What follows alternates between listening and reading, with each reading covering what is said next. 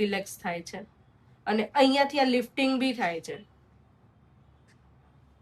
એ જ વસ્તુ again same.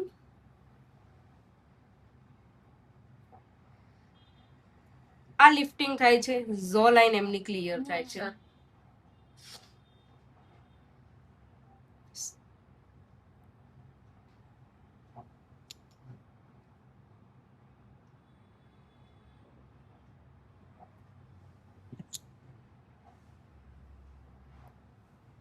કોઈ કસ્ટમર એવું કહે છે કે મારું હેડ બગડવું ના જોઈએ, તો તમે એમને શાવર કેપ પહેરાવી દો. હવે આમાં સેમ ક્લોકવાઇઝ એન્ટી ક્લોકવાઇઝ આપણે લઈએ જ છીએ. પછી આ આપણો બ્યુટી પોઈન્ટ છે, ત્યાં પ્રેસ આપીશું. આંખો ઉપર વજન નહીં આપીએ. યસ, બંને સાથે બી લઈ શકો છો, 1 by 1 બી કરી શકો છો, અને સેમ ત્યાંથી લિફ્ટિંગ. એ જ કર્યા પછી નોઝ ઉપરથી ફિંગરથી પ્રેશર સાથે નોર્મલ ઉપર લિફ્ટ કરીશું. ફોરહેડમાં લિફ્ટિંગ કરીશું આઈબ્રો સાથે. પછી આ જે છે એનાથી સૌથી વધારે આપણને પેઇન છે ને અહીંયા હોય, તો આપણે નોર્મલ આને રિલેક્સ કરીશું ચપટી ટાઈપ લઈ. ડન.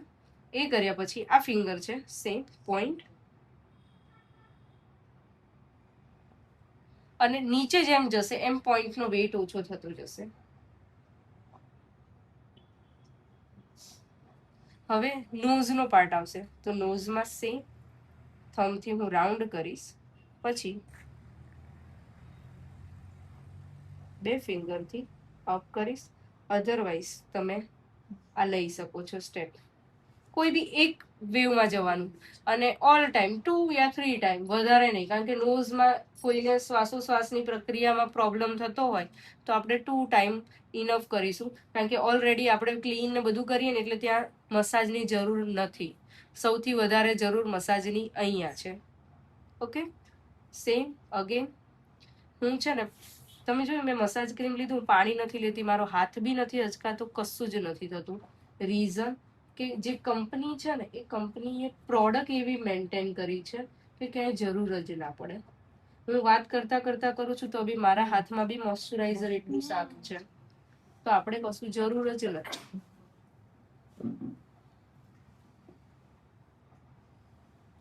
ક્રીમ ટોટલી પેનિટ્રેટ થઈ જવી જોઈએ સ્કિનમાં.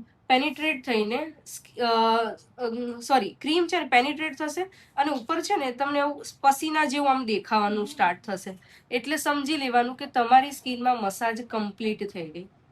ક્લિયર? કોઈ બી ક્રીમ આવે, કોઈ બી ક્રીમમાં જનરલી નોર્મલ બધી આ તમે મોટા ડબ્બા લો છો 500 ના, એમાં કશું નહીં થાય. એમાં તો પાણી એ લેવું પડશે, કારણ કે ક્રીમ જેવી નાખશે એવી અંદર તરત સુકાઈ જશે. હા, એમાં પાણી તમારે લેવું જ પડશે. બટ હું એવું કહીશ કે પાણીની જગ્યાએ તમે કોઈ એવી સીરમ યુઝ કરો. રોઝ વોટર લાગે મતલબ જ નથી. ફેશિયલના સ્ટેપ અંદર ઇન્ક્લુડ કરવાના, કે ઓટોમેટિક તમારી સ્કિનમાં ગ્લો, એમને અંડર આઈ સર્કલ, આ બધું બ્રાઇટ થયું. હા, બધું જ.